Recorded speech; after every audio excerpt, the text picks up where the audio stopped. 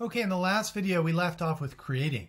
So just to summarize again, creating is different than transformation, than transforming. It means that you are making or producing a food on the food traceability list, like soft cheese, using only ingredients that are not on the food traceability list. So for example, not peppers that are not fresh, because fresh peppers are on the food traceability list.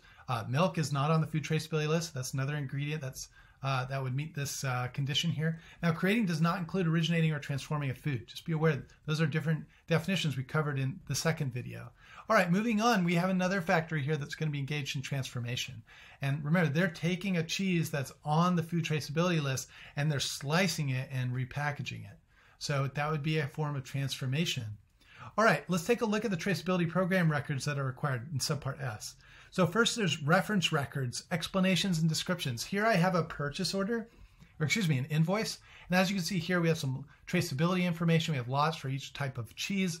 Now I still need an explanation and description for this document if I will be using it as a reference record. Now you also need a list of all of your foods that are also on the food traceability list, and you need a traceability product identifier and description. So in this case, I have a soft cheese, and I provided a short account of the product identifier and its description. I've explained its traceability lot code, and I've addressed all the information that is listed in the proposed regulations: category code, trade description, ingredients, brand name, so on. All right, moving on. We need I'm going to move myself here. An explanation of how traceability lot codes are established and assigned for products that you originate, transform, or create.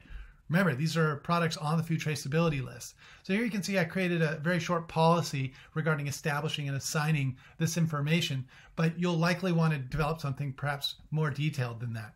Next is, and finally is, any other information needed to understand the data that we've discussed here. You need to make that available too. So if you have a catalog that explains your coding systems or your abbreviations, those things will need to be included. In other words, maintained. Now, when must I establish and assign traceability lot codes to foods on the food traceability list? It's when you originate, transform, or create a food on the food traceability list. Okay, so that means from ingredients that are on the food traceability list, in which case it would be transformation, or not on the food traceability list, in which case it would be creation. Now, you're not allowed to establish, this is B, you may not establish a new traceability lot code when you conduct other activities in the supply chain for a food on the food traceability list. And that's really critical for FDA to be able to make that linkage from whoever last transformed or created it. So they want to be able to preserve the lot information so we can go back and more quickly trace back or trace forward products. Okay, next in subpart S is records of growing, receiving, transforming, creating, and shipping food. Now I have a really great resource that sort of breaks down the records for this. So I'm going to skip over this, but make sure that you check out that resource. It'll be available on our blog. I'm going to show you really quickly here just the guidance, access to guidance through the FSMA landing page for FDA. Make sure you check that out. And if you have any other questions, reach out. We'd love to answer your questions. Again, this is the proposed form of, it's a proposed rule, so it's not finalized, so we won't have all the answers, but stay tuned and we'll be providing you with some updates.